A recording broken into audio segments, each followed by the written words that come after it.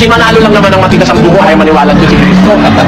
Nakasulat naman sa Biblia. Sabi ni Tomas, halika Tomas, tignan mo itong kamay ko, tignan mo ang butas dito sa tagiliran ko. Isuot mo yung daliri.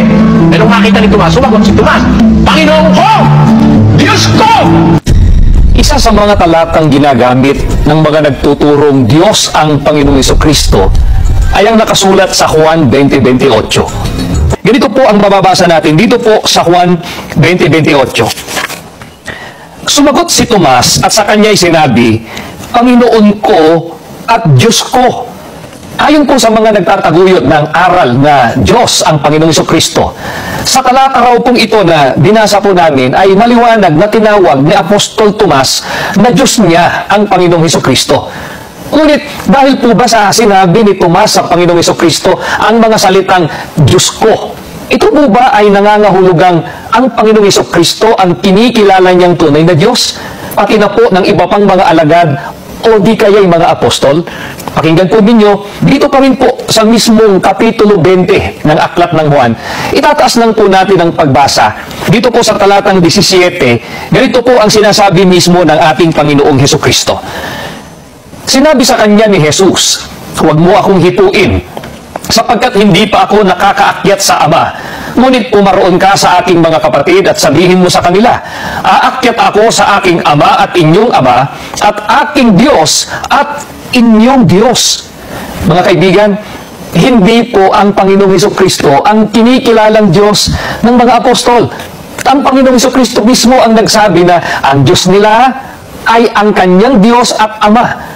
Napakaliwanag po ng pahayag ng Panginoong Jesucristo. Ang sabi niya, umaroon ka sa aking mga kapatid at sabihin mo sa kanila, aakyat ako sa aking Ama at inyong Ama at aking Diyos at inyong Diyos.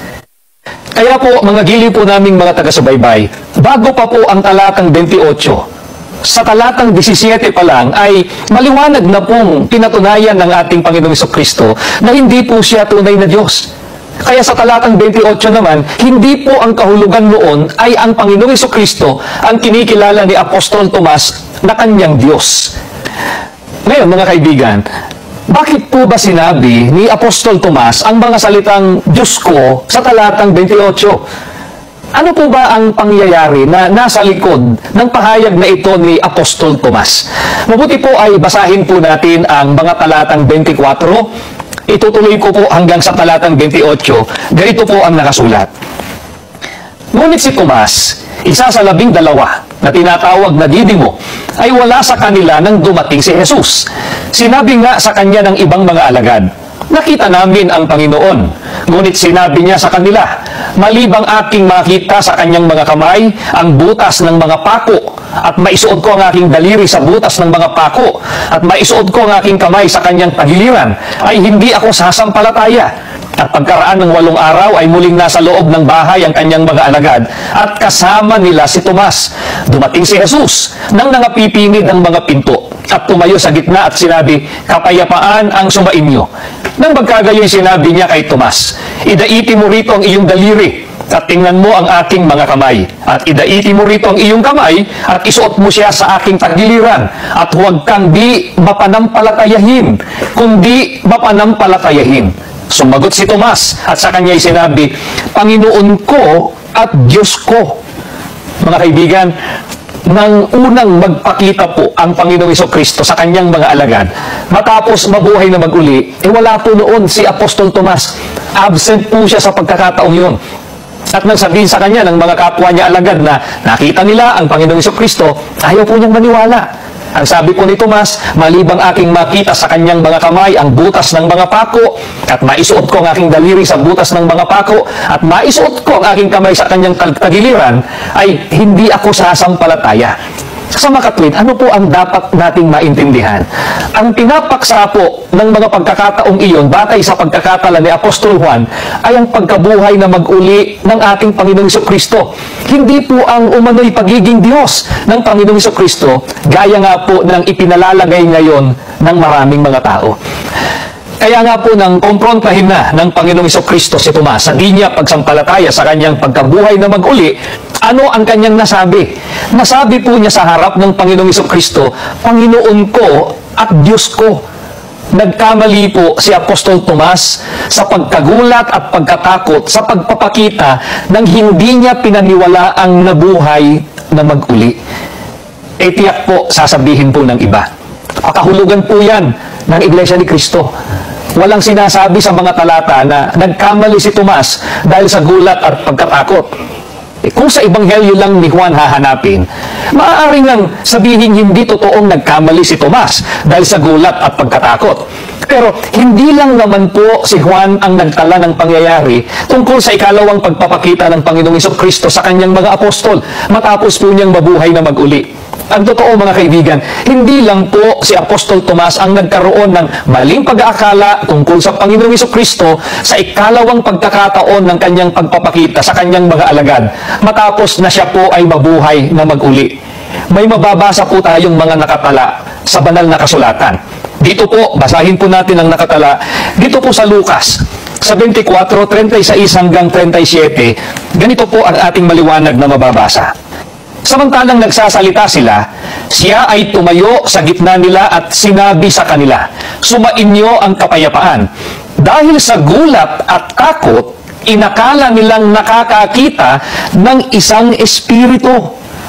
Mga kaibigan, ano po ang naging reaksyon ng mga apostol nang magpakita sa kanila ang Panginoong Jesucristo sa ikalawang pagkakataon matapos niyang mabuhay na mag-uli? Malinaw po ang nakasulat sa talata. Narinig po ninyo, mga giliw po naming mga taga-subaybay. Dahil sa gulat at takot, inakala nilang nakakakita ng isang espiritu. Nagulat at natakot, hindi lamang po si Apostol Tomas, kundi ang iba pang mga apostol. Ano po ang inakala nila dahil sa gulat at takot? Inakala po nilang ang Panginoong Jesucristo ay isang espiritu. Nang akalain po ng mga alagad ng Panginoong Hesus ay espiritu. Ano po ang sinabi niya? Ano po ang sinabi ng Panginoong Jesucristo sa kanila? Sinang-ayunan po ba niya ang naging pag-aakala nila? Babasahin po natin ang mga kasunod na talata. Dito po sa 38 hanggang 39. Dito pa rin po sa Lucas. Ganitong ating mababasa. Ngunit sinabi niya sa kanila, "Bakit kayo naliligalig at sumasagi ang alinlangan sa inyong isipan? Tingnan ninyo ang aking mga kamay at mga paa. Ako nga ito. Hipuin ninyo ako at pagmasdan. Sapagkat ang isang espiritu ay walang laman at mga buto, katulad ng nakikita ninyo sa akin." Mga giliw po naming mga televiewers, itinuwid po ng Panginoong Jesucristo ang naging maling akala ng kanyang mga alagad at nilinaw po niya sa kanila na siya ay hindi isang espiritu kundi may laman at mga buto. Ano po ang pinatutunayan nito? Pinatutunayan po nito na hindi nga po tunay na Diyos ang Panginoong Jesucristo. Bakit po tayo nakatitiyak?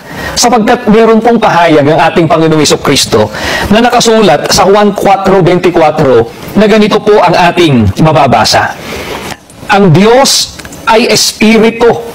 Mga kaibigan, bakit po nang sabihin ng Panginoong Jesucristo na siya ay hindi espiritu, ay katunayan po yun na hindi nga siya Diyos.